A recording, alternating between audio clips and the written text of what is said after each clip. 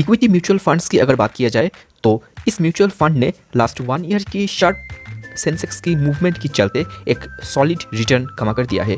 And ये बोला जाता है कि mutual fund is the safest option of investment in market. यानी एज एन एमेच्योर इन्वेस्टर आपको अगर रिस्क लेने में कोई हिचकिचाहट होता है तो आप म्यूचुअल फंड के थ्रू मार्केट में इन्वेस्ट कर सकते हो, क्योंकि यहाँ पर आप डायरेक्टली मार्केट से स्टॉक नहीं खरीदते हो तो स्टॉक पिकिंग से रिलेटेड जो भी इश्यूज वो आपको नहीं आने वाला, क्योंकि यहाँ पर आपकी टोटल फंड को एक फंड मैनेजर मैनेज करेगा एंड वो according to the market movement, your risk, investment period, ऐसे ही बहुत सारे फैक्टर्स के ऊपर डिपेंड करके आपकी पैसे को इन्वेस्ट करेगा, वो भी एक well researched and diversified stocks के ऊपर। एंड इसके कारण से आपका जो रिस्क वो बहुत हद तक कम हो जाता है and in A short term आपको एक गुड रिटर्न मिलने की जो पॉसिबिलिटीज़ वो बहुत हाई हो जाता है। पर एक सवाल, कौन सा म्यूचुअल फंड ज़्यादा सेफ है? इसके लिए हमें क्रिसिल की रेटिंग्स को इंपॉर्टेंस देकर इन्वेस्ट करना चाहिए, क्योंकि high ratings indicates high safety and security of return. पर यहाँ पर सिर्फ क्रिसिल की ही हम लोग बात नहीं करेंगे, उससे 2 कदम आगे चलकर हम आप लोगों की सेफ्टी को दिमाग में रखकर वैल्यू रिसर्च के माध्यम से भी ये 2 अट्रैक्टिव म्यूचुअल फंड्स की एनालिसिस करेंगे।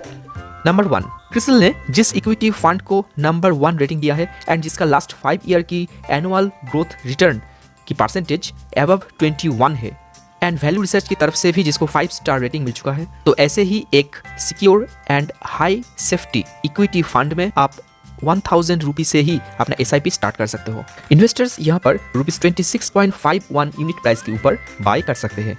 इस फंड का नाम है PGIM India flexi cap fund. इस तरह की वैराइटीज फंड्स के ऊपर मैं अपनी आने वाले वीडियो में आप लोगों के डाउट्स को क्लियर करने की पूरा कोशिश करूंगा।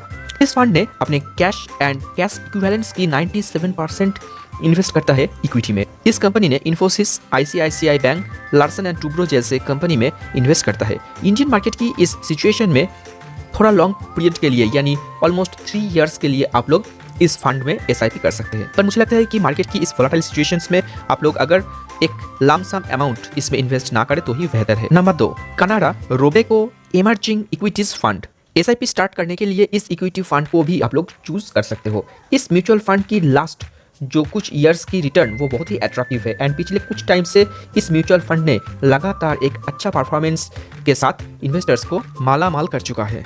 इस म्यूचुअल फंड की लास्ट 1 ईयर की रिटर्न जो अबव 40% है, जहां पर लास्ट 5 इयर्स में ये म्यूचुअल फंड ग्रॉस 20% रिटर्न कमा कर दिया है। इस हाई ग्रोथ इक्विटी फंड में भी आप SIP स्टार्ट कर सकते हो सिर्फ 1000 रुपीज से।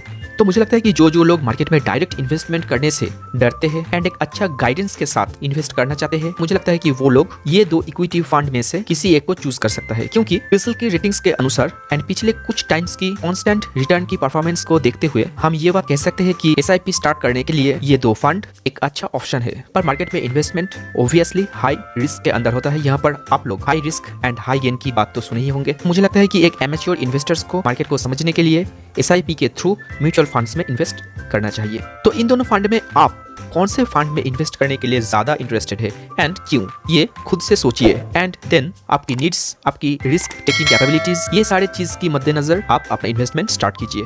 Thank you for watching. Please subscribe my channel Indian market flow. Thank you.